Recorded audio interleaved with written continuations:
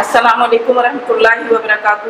Class 7 کے طلباء و طالبات، اردو کا اگلا لیسن آج آپ کو پڑھانے اور سمجھانے کے لیے ہم اسٹارٹ لیتے ہیں۔ آپ کی اردو کتاب میں یہ پیج نمبر 25 پر ہے، میرے ابا جان۔ میرے ابا جان، اب ظاہر ہے کہ یہ جس نے بھی لکھا ہوگا وہ کوئی ایسا شخص ہوگا جس کے ابا جان بہت مشہور ہوں گے، ٹھیک ہے، جس کے والد بہت مشہور ہوں گے، کوئی اچھی قابل ذکر شخصیت ہوں گے۔ تو دیکھتے ہیں وہ کون ہے۔ تعارف میں دیکھیے، علامہ محمد اقبال ایک بہترین شاعر، فلسفی، مفکر اور قومی رہنما تھے۔ آئیے آج ان کی نجی زندگی کے کچھ گوشوں کا مطالعہ کر کے دیکھتے ہیں۔ نجی یعنی ذاتی زندگی، تو مطالعہ کر کے دیکھتے ہیں کہ بطور والد علامہ اقبال کیسے تھے۔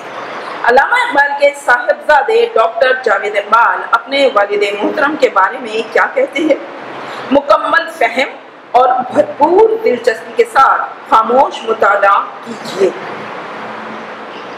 آپ کو یہ لیسن خود بھی ضرور پڑھنا ہے۔ خود پڑھنے سے زیادہ اچھی طرح بات سمجھ میں آتی ہے، ٹھیک ہے۔ دیکھیے، اقبال، اس میں کوئی شک نہیں کہ دنیا کی نظر میں ایک ممتاز شاعر، فلسفی اور پیغامبر کی حیثیت رکھتے ہیں، لیکن ان سب باتوں کے باوجود وہ ایک انسان بھی تھے۔ ایک ایسے انسان جس کا گھر ہو، بیوی ہو اور جسے اپنے بچوں سے محبت ہو۔ جہاں تک میری ذات کا تعلق ہے، میں ان سے محبت کرنے کے بجائے خوف زیادہ کھاتا تھا۔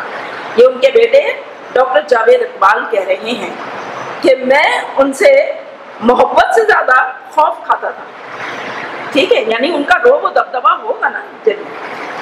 میں بچپن میں بے حد شریر تھا، اس لیے اما جان سے بلا ناغہ مار کھانا میرا معمول بن چکا تھا۔ یعنی والدہ محترمہ غصے میں آ کے مار دیا کرتی تھی۔ پڑھائی سے بھی کوئی خاص دلچسپی نہ تھی، مگر ابا جان سے میں نے بہت کم مار کھائی ہے۔ یعنی علامہ اقبال مارتے نہیں تھے، آپ یہ دیکھیے، نوٹ کرتے جائیے۔ میرے لیے ان کی جھڑک ہی کافی ہوا کرتی تھی، یعنی وہ ہلکا سا ڈانٹ بھی دیتے تھے نا، جھڑک دیتے تھے تو بس یہی کافی ہوتا تھا۔ ابا جان جب کبھی ناراض ہوتے تو ان کے منہ سے یہی الفاظ نکلتے، احمق آدمی، بے وقوف۔ یہاں ابا جان سے مار کھانے کا ایک واقعہ یاد آیا۔ اب کبھی کبھار انہوں نے مارا ہوگا زندگی میں، تو وہ ایک واقعہ لکھ رہے ہیں کہ بچپن میں مجھے روزانہ ایک آنا خرچ کرنے کو ملتا، اور اسے خرچ کر چکنے کے بعد خواہ میں اما جان سے کتنی ہی منتیں کرتا، مجھے مزید کچھ نہ ملتا، بلکہ ہر لمحہ ان کے ناراض ہونے کا ڈر رہتا۔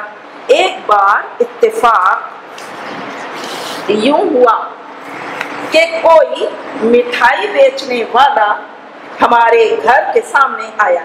مٹھائی دیکھ کر ہم للچائے، مگر جیب خالی تھی۔ اسے بٹھایا اور اما جان کے پاس دوڑے آئے کہ شاید کچھ مل جائے، مگر انہوں نے ٹکا سا جواب دے دیا۔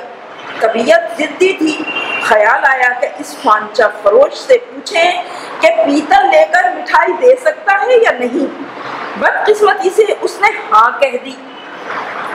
بس پھر کیا تھا، سائے کی طرح بچان کے کمرے میں آئے اور ایک طرف پڑے ٹیبل فین کے پیچھے لگے پیتل کے ایک پرزے کو اتار کر خوانچہ فروش کو دے آئے اور مٹھائی لے لی۔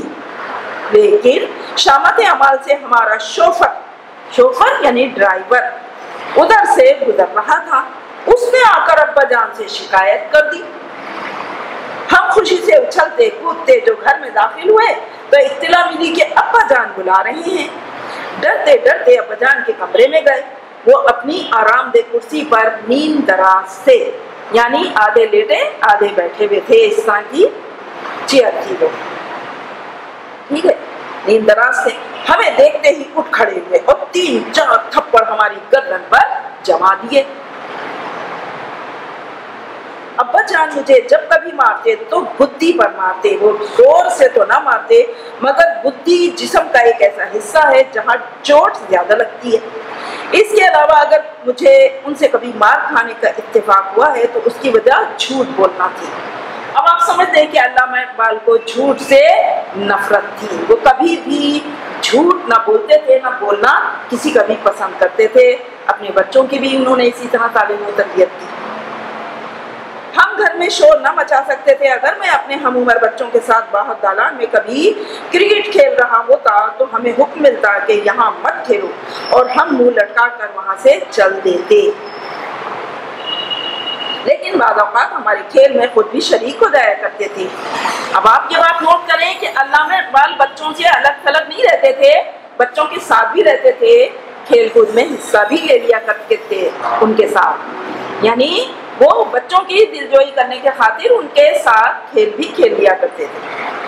ٹھیک ہے، آگے دیکھیں، ہمارے ہاتھ ان کی طرف گیند پھینکتے پھینکتے تھک جاتے، مگر وہ بلہ تھامے ٹھپ ٹھپ کرتے رہتے۔ ایک بار وہ اندر بیٹھے تھے، ہم نے جو ہٹ لگائی تو گیند دروازے کے شیشے کو توڑتی ہوئی ان کے کمرے میں جا گری۔ اس دن سے ہمیں کرکٹ کھیلنے کی ممانعت کر دی گئی، منع کر دیا گیا۔ ابا جان کی تمنا تھی کہ میں تقریر کرنا سیکھوں۔ اب یہ دیکھیے وہ چاہتے کیا تھے کہ ان کا بیٹا کیسا ہو، اس میں کیا کیا خوبیاں ہوں۔ وہ کیا چاہتے تھے کہ تقریر کرنا سیکھوں، اس کے علاوہ وہ یہ بھی چاہتے تھے کہ کشتی لڑا کروں۔ اس سلسلے میں میرے لیے گھر میں ایک اکھاڑا بھی کھدوایا گیا تھا۔ پھر بڑی عید کے دن مجھے ہمیشہ تلقین کیا کرتے تھے کہ بکرے ذبح ہوتے وقت میں وہاں موجود رہوں، لیکن ان کا اپنا حال یہ تھا کہ کسی قسم کا خون بہتے نہ دیکھ سکتے تھے۔ مطلب بڑے نرم دل تھے وہ، بہت دل اس لحاظ سے کمزور تھا کہ وہ خون بہتے ہوئے کسی کی تکلیف کو نہیں دیکھ سکتے تھے۔ ٹھیک ہے، آگے دیکھیے، ابا جان کو انگریزی لباس سے سخت نفرت تھی، مجھے ہمیشہ شلوار اور اچکن پہننے کی تلقین کرتے تھے۔ اچکن یعنی ایک کرتا ہوتا ہے، وہ ظاہر یہ مشرقی لباس ہے تو یہ پہننے کی تاکید کرتے تھے۔